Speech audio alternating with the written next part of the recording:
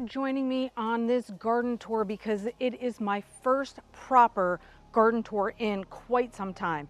It's at the end of August now, so the end of August, beginning of September, but still full on summer here. We're doing my backyard today, and I'm gonna show you all the little garden areas that I have, so it's a lot. So get ready with a nice refreshing drink or maybe a warm drink, and let's get going on today's garden tour. Hi you guys, this is Nicole from My Carolina Garden. My garden is located in growing zone 8B and we are in southeastern North Carolina. One of my favorite gardens, how can I really say that? A lot of my backyard gardens are my favorite. So we're gonna start with the rock garden though. And right next to me, the plant or flowering shrub is the ham and eggs lantana, which interestingly and beautifully matches my shirt today. So the lantana is a perennial for me. I think it's hardy up until about zone 7. This is the first year I've had this one right here. I planted it in the ground and it was tiny. And now it's this huge pollinator attractor full of blooms, and it's my favorite lantana just because of the mix of colors that we have here. It's like a lemonade, both a pink and a yellow lemonade mix. The orange daylilies are back again, just, you know, kind of sporadically here and there. They really are more like June bloomers, but they're back again for a little bit more fun. And you know what else is like going wild for me? This purple heart is like jutting out from my fence line here, and it started as like a couple little pieces just like haphazardly touching the ground, and it rooted. I had to start clipping it back because it's covering over my cascading rock sedum. Now what's happening over here is going to be this is my mission for this upcoming September and October. I am going to be moving this rock garden out because it does a nice little curve in here, and it makes it a little bit difficult when we're trying to mow to keep taking that curve. So I'm going to pull everything out, which means the sedum needs to come out to the front because it's a low grower, and that gives me the opportunity to add in new fresh color and flowers right behind it. So while some people's gardens are going to begin to look a little tired or lazy as we approach into fall, my garden is going to be shaping up and looking even better because like the October time frame is glorious in southeastern North Carolina. So stay tuned for more developments in this rock garden. Let's go this way and see what other colors I have. My pots and my caladiums are looking fabulous. Now this coleus that's in here is one of the sun lovers, and it might be the chocolate drop. I think that's what it's called. However, this pot did not come with a name on it for the coleus. This is the Chrysandra, which is barely giving me an orange pop right now, but it's all right because we still have things happening here. Oh, and funnily enough, this pink flowering plant, this is the purslane. I was gonna say the other one. No, but purslane is the right one. This is a volunteer. It just reseeded itself from something else that was here. It took quite a while for it to actually start blooming here, but boom, we got that going. The caladiums, this one is my favorite because these petals are each a work of art. It reminds me of paint splatters on there, and that's one of my favorite things. Let me show you what else I have happening in here. Holy cow, am I surrounded by so much pink right now. I didn't even plan it with my shirt, but I'm loving it. So right in this area, lots of goody stuff. So this is a cordyline. This pot right here was bought as a pre-made arrangement. So the cordyline with the hot pink is my absolute favorite. And I've overwintered one in the ground that's right over there. It's slightly less pink, but I will tell you that as this summer has gone on, it has gotten more and more pink. Almost like it just took that extra time to really get its juices flowing. So I have a coleus in here as well. This one is a sun tolerant one also with no name on the pot. Sadly, it just says coleus.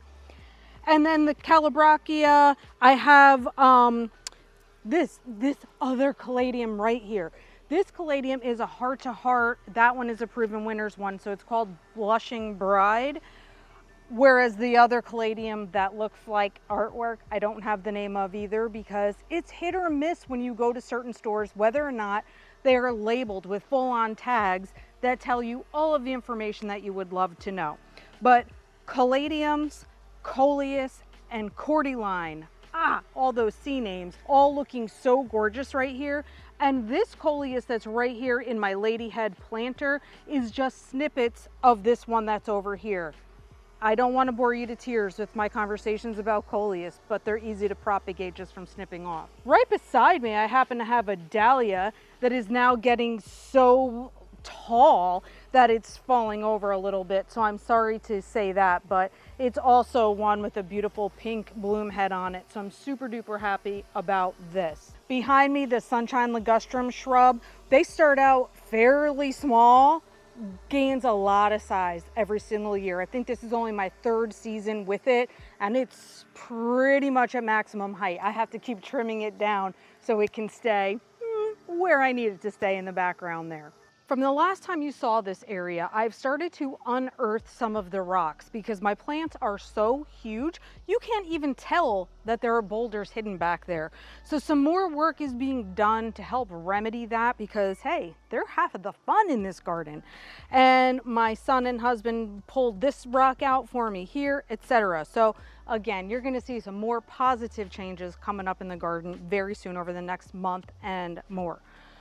So we have some begonias, some pink, some red, both still doing amazing. These guys are pretty great performers in my yard. I'm thankful for that because I've had a lot of trouble with disease, black spot, bugs, a lot of things from the disgusting weather that we had back in July. So I got those things happening here. And then, you know, lots of green, not tons to show you because the wisteria, of course, is going to start wimping out even more and more. It's not blooming now and it's going to start dropping leaves as we get into fall. But the dianthus, which is normally a spring bloomer because it likes the cooler weather, is coming back out again as our temperatures begin to get slightly cooler. And then again, not too much to show over here, but I still love that like kind of pinkish reddish coleus that's in the back there. And this cascading rock sedum just gets taken from other areas and I'm putting it here so it can hopefully start to drape out and fill in that area. Let's go walking by the pool now.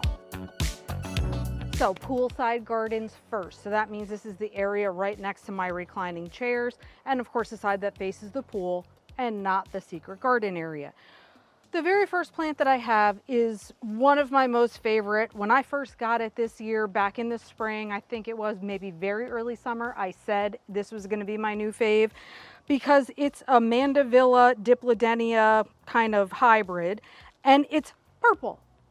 Yes, purple. So this has continued to be one of my favorites, and I would say that it is just as prolific a bloomer as the red, which I've always said is the best. So be on the lookout for it because maybe it'll be more widespread next year and then others can have it as well. So my perennial hibiscus is pretty much completely done. I have a few more buds that are happening here, but for me it bloomed quite a long time ago, so just a few little babies left. My succulents are doing well underneath my banana trees here.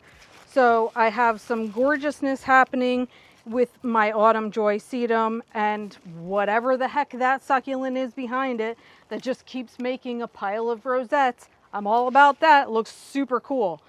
Now here's something to show you. I mentioned certain things that you overwinter maybe take a little bit longer to come out in all their glory in the summer garden. Here's another example of that. This is a tropical style hibiscus. No, it's true. You don't see any flowers on it, but you see some flower buds right up here. This plant is supposed to be more of, say, zone 10 and 11, and I'm zone 8. But I have overwintered it for years now and it blooms every single summer, but it's a much late starter than other tropical hibiscus that have been blooming for the whole summer. So that would be the only thing that I wouldn't necessarily recommend overwintering your tropical hibiscus in the ground in zone 8 because you may have to wait until summer's practically over before you get to enjoy some of the flowers. But from this side here, you can see that bit of pink that's popping over my banana leaves right there. That's the oleander. I'm glad to have some of those pink blooms back. They took the whole summer to come out too though. Whatever, we're all right. Right behind me is another bougainvillea. This guy, because he's along the pool side, didn't have an easy way to get him attached to my irrigation. So he's looking slightly wimpy right now because, as I said, our temperatures have dropped a smidge, but it's still pretty hot. So I got to get this guy watered. But the number of blooms on this plant, oh my gosh, outstanding. And then here's the Dipladenia / Mandevilla in red. My absolute favorite, great bloomer, heat and drought tolerant. It is up here in the waterfall in the blazing sun, obviously all day, every day, and also is not attached to the irrigation, and it still looks this great. So I look out from my patio door of my house and I get to see this mound. It looks like just a huge pile of these red blooms with a couple of miscellaneous white tossed in there for fun. Let's jump over onto the blue boardwalk and see what's happening in the secret garden. Along the blue boardwalk closest to the greenhouse, I start out with having some elephant ears in the ground. I've said this before, this year, my elephant ears are not nearly as big as they have been in years past. So I'm not exactly sure what the reason is for that, because they're in multiple spots on the blue boardwalk and still they're not tall or as big as I expected them to be. Here's some cordyline that I have overwintered in this pot for a million years. And so it looks great. And it's got those hot pink edges just like in the rock garden. So I love that. And we have the purple heart spilling out of the bottom of its pot as well. I do like to show that plant arrangement a lot because it's a success and it looks amazing. Down here I have the Croton Petra. Now this is in all the garden centers now because they, I guess, consider it to be a fall interest plant. Yes, the leaves are quite interesting. I get that. I guess they feel it thrives in cool weather, but yet in most places it's only an annual. So whatever. I've had this one in its pot also for years, and it just kind of gets taken inside with me and then brought back out again. So each leaf ends up turning out a little bit differently with its patterns on it, although mine right now has a lot of green, probably more green than I would want it to have, but that's the Croton there. On both sides of me, I have my canna lilies that are in and out of bloom all the time. Some of the stalks are very tall, and this is what happens when the bloom dies back, and then you get fresh ones coming out. So they're not gorgeous to look at those stems as the flowers die back, but it's really the foliage that keeps you interested in the canna lilies. This arrangement right here makes me laugh so much because this spike Dracaena, or however you pronounce it, has gotten so large. I didn't expect this to happen. And then I planted some coleus in here thinking, oh, we'll just see. I have so much coleus. I don't know if it'll do well here or not. And it is also so extremely tall. So it's almost like I put extra growth hormones in there to make them that way. I didn't do that. We're a little lackluster right in this spot along the blue boardwalk, but as I've said, you know, this year hasn't been the absolute best in terms of health and energy and that sort of thing. So I know I have some holes to fill, and I expect to be able to do that. You know, again, upcoming, I'm very much looking forward to continual cool weather and the beautiful fall upon us. But in the meanwhile, let's focus on some more of these purpley kind of goodies over here. So this is the Mexican petunia. And there's still so many more buds left on this. So this one's gonna keep putting on a show for a little while, and I'm happy about that. And it's right next to my arrangement with sun-loving coleus. Once again, that's the tickled pickle coleus. And I have a sweet potato vine here. These colors are sort of a lot of the same in the greenish tones. So I'd love to find something that is like this hot pink or magenta, like the stalk of the coleus, and pop that right in. So we'll see what I can find. Things are quite limited at the garden center, as I'm sure you all know. So once again, evidence of my elephant ears not doing the best. This plump or clump last year was so big, it was like overtaking the blue boardwalk. So I separated it and put that other piece down at the end.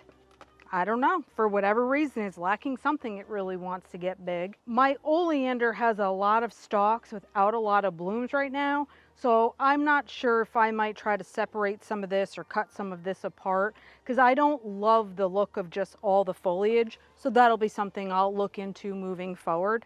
But more banana trees, still being awesome, always giving that tropical vibe easily, even though they are cold tolerant, you guys. So even those of you in the north can have this as a perennial plant. And then I have yucca Lots of yucca everywhere. This is, I guess, just a standard green. A friend gave that to me. And then I have some of the golden sword there. That is just the babies right now, but that's going to get huge. These caladiums are caladiums that I overwintered successfully last year.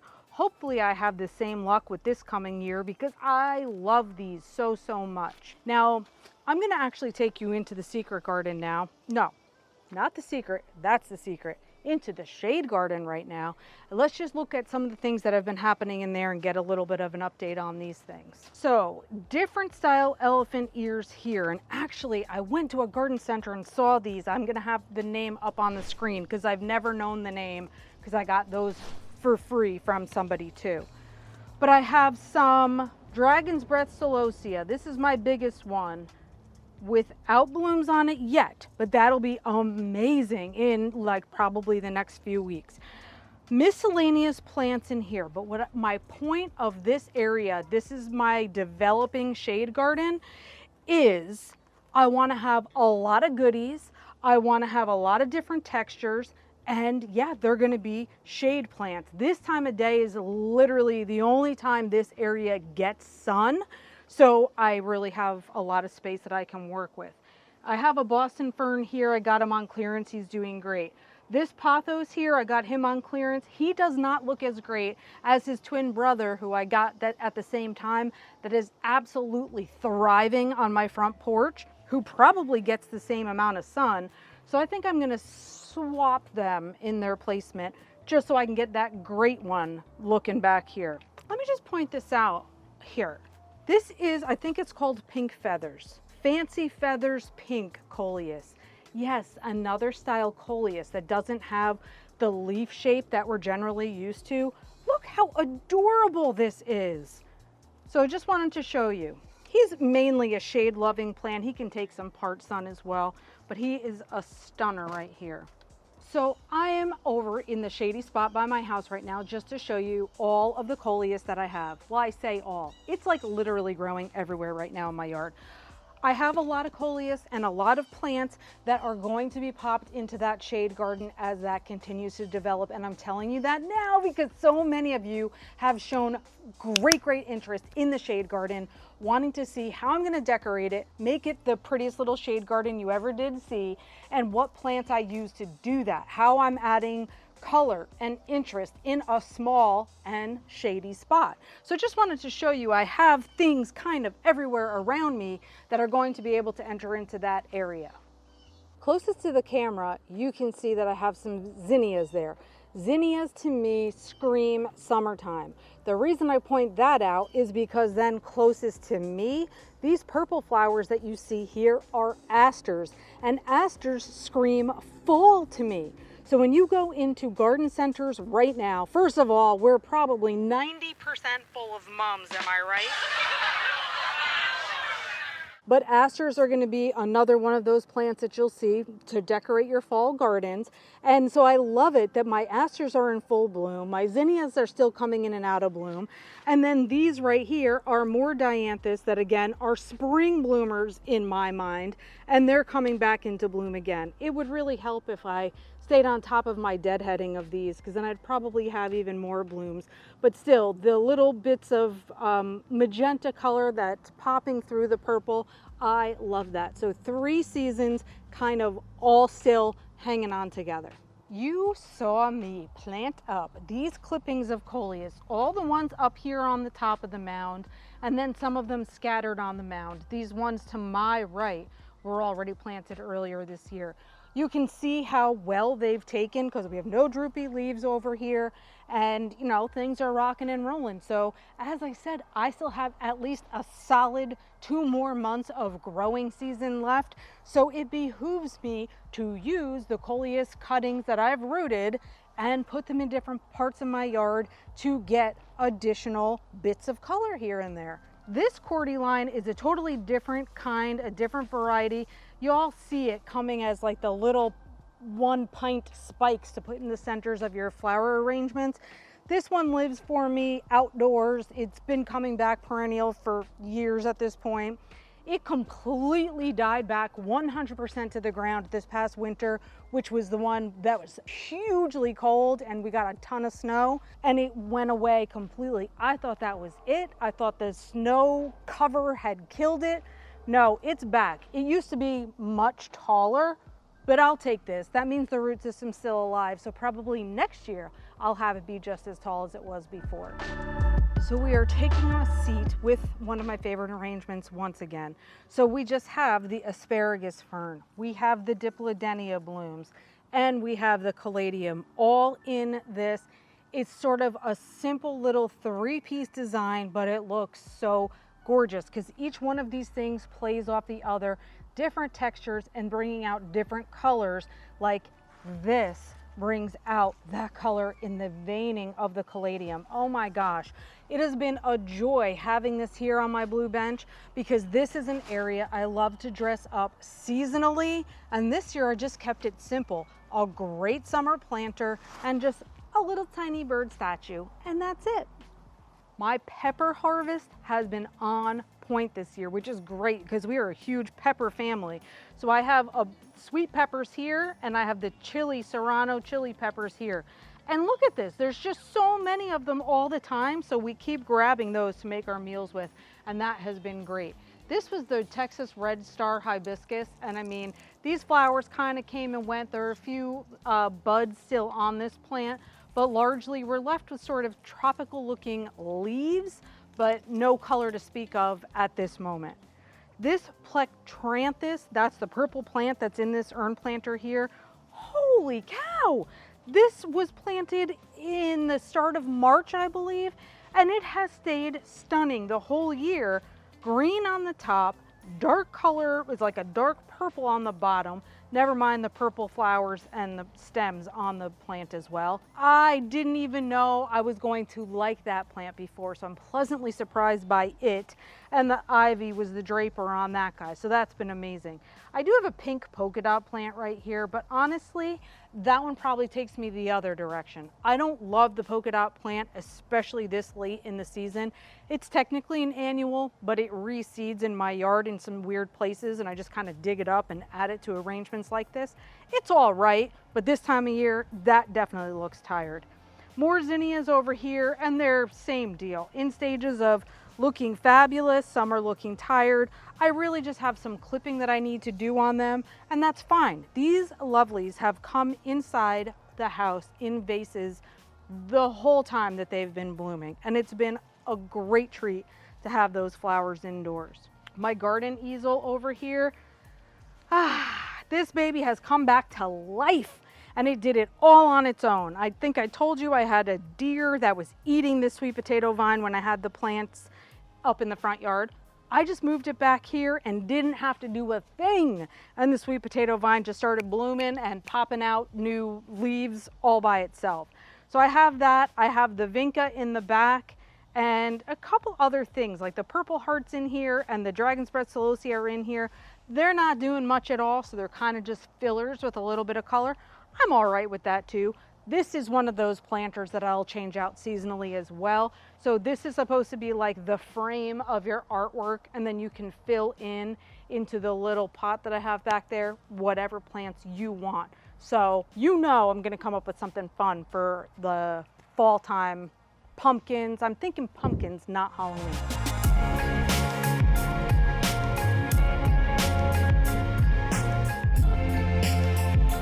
I just realized I did not even talk about this bloomer, but my cameraman is obsessed with the blooms on it. I love this thing. This is a crepe myrtle. So the crepe myrtle blooms in the summer. It's like July, August, that sort of thing. This one obviously is a beautiful cranberry color. I do have some light pink that's in the front you may have seen before.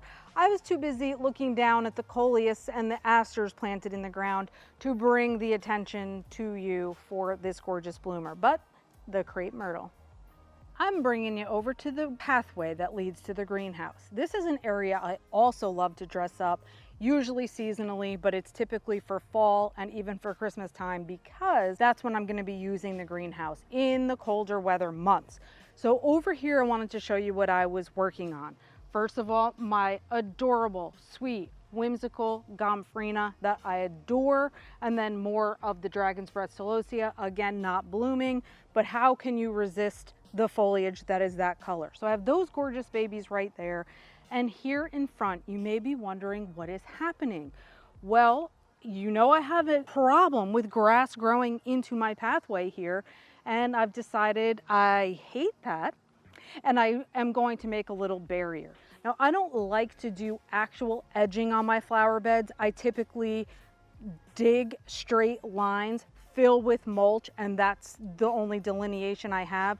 No rocks, no bricks, nothing like that, because I've done that in the past and it actually makes maintaining the lawn much more difficult. So I'm going to be putting bricks in here, which are just some reddish bricks like this. I wish they were like old style from like 1930, but no, this is what I can find. So they match these things beautifully over here, but I'm going to just put in a row of the brick level with the grass so you can mow, have the lawnmower go right over it without trouble. That's what I'm doing. I wanted to kill the grass that was in the pathway here and then get that going. Like I said, I got plans, I got ideas, and many things are going to be happening in the next month or two. So transitioning from summer to fall is not my favorite because I look forward to summer all year. I just love the time of year. I love the things that I feel like I daydream about that equal summer, like beach days or pool days and things like that. People being around, visitors being here, etc.